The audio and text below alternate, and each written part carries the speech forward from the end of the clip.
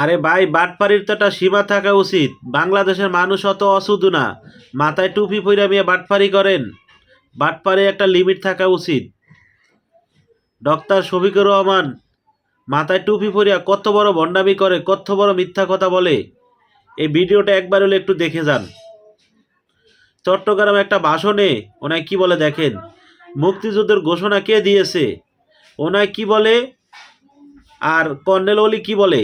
এই ভিডিওটা আপনার হাতে যদি একটু সময় থাকে কথাগুলো একটু শুনে যাবেন, আর ভিডিওগুলো একটু বেশি বেশি সবাই শেয়ার করে দিবেন। ওনার বন্ডামি আজকে বের করবো, একটু শুনে যান। বাংলাদেশে ৭১ সালে স্বাধীনতার ঘোষণা এখান থেকেই হয়েছিল। আপনাদেরই এক গর্বিত সন্তান সবার আগে চিৎকার দিয়ে বলেছিলেন উই রিবর্ন। তিনি হচ্ছেন এলডিপির সম্মানিত সভাপতি ডক্টর কর্নেল অলি আহমদ বীর বিক্রম। কি ব্যাপার, শুনছেন তো বাটপাড়ের কথা? এবার কর্নেল অলি আহমেদের কথা একটু শুনে যান, তাহলে বুঝতে পারবেন আমি সত্যি বলছি নাকি মিথ্যা বলছি। একটু শুনে যান ভাই। জিয়াউর রহমান সাহেব সন্ধ্যার পরে বাংলাদেশের স্বাধীনতা ঘোষণা করলেন, আমি পাশে বসা ছিলাম। এখানে কোনো সাক্ষীর প্রয়োজন নেই। এখানে কোনো রাজনীতিবিদের কথা শুনে বা কোনো নেতার কথা শুনে জিয়াউর রহমান সাহেব স্বাধীনতার ঘোষণা দেন নাই। এটা আমি আমাদের পক্ষ থেকে আমাদের সিদ্ধান্ত অনুযায়ী এই স্বাধীনতার ঘোষণা দেওয়া হয়েছিল। কি ব্যাপার, শুনছেন কিভাবে মিথ্যা কথা বলে?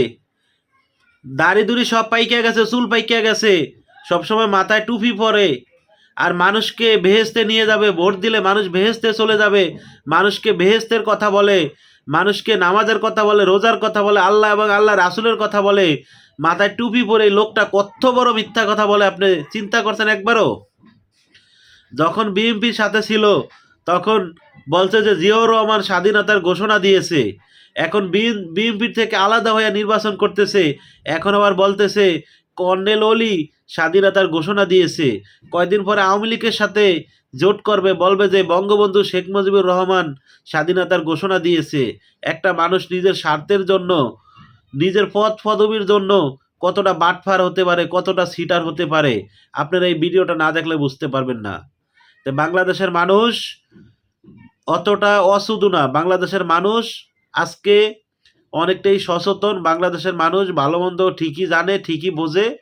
তা আমি মনে করি আগামী 12 তারিখে বাংলাদেশের মানুষ বুঝে শুনে সঠিক মানুষকে বিবেচনা করবে, সঠিক মানুষকে ভোট দিবে, সঠিক মানুষকে রাষ্ট্র ক্ষমতায় আনবে। এই যে কয়দিন আগে ওনার আইডি হ্যাক হয়েছে, ওনায় বলতেছে, আমি এখন একেবারে 100% গ্যারান্টি দিয়ে বলতে পারবো যে ওনার আইডি হ্যাক হয় নাই। ওনায় নারীদেরকে নিয়ে নিজেই মন গড়া একটা পোস্ট করছে, কইরা নারীদেরকে ওনায় হেয়পূর্ণ করছে, নারীদেরকে নিয়ে নারীদেরকে যে পতিতা বলছে, এটা ওনার নিজের লেখা পোস্ট। কিছুতেই ওনার আইডি হ্যাক হয় নাই। কারণ এই যে দেখেন, ওনার যে প্রতি ধাপে ধাপে মিথ্যা কথা বলে, এটা প্রমাণিত হয়ে গেছে। একজন জামাতের আমির হয়ে, একজন জামাতের আমির হয়ে, একজন ইসলামী লোক হয়ে, একজন পাঁচ ওয়াক্ত নামাজি ব্যক্তি হয়ে তাদের কাছ থেকে মানুষ কি শিখবে? সে সকাল বিকাল কিভাবে মিথ্যা কথা বলে, কিভাবে 2 নাম্বারি কথা বলে। তো বাংলাদেশের 18 কোটি মানুষের কাছে আমার একটাই অনুরোধ, 12 তারিখে আপনারা নির্বাচনের ব্যালটের মাধ্যমে, ভোটের মাধ্যমে আপনারা এমন একজন মানুষকে বেছে নেন যাতে আগামী 5 বছর যে আপনাদেরকে শান্তিতে রাখতে পারবে, সুখে রাখতে পারবে।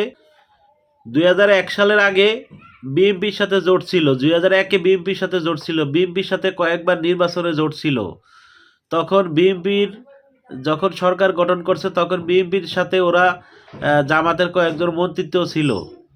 এখন যখন বিএনপি কাছ থেকে আলাদা হয়ে নির্বাচন করতেছে, এখন বলতেছে কি বিএনপি অবৈধ ছিল, বিএনপি নির্বাচন ভালো হয় না, এটা অনেক সেটা। আরে বেটা, বিএনপির নির্বাচন যদি ভালোই না হয়ে থাকে, তাহলে তুমি যে বিএনপির সাথে জোটে ছিলা, তোমরা যে কয়জন মন্ত্রিত্ব ছিলা, তখন তোমরা পদত্যাগ করলা না কেন?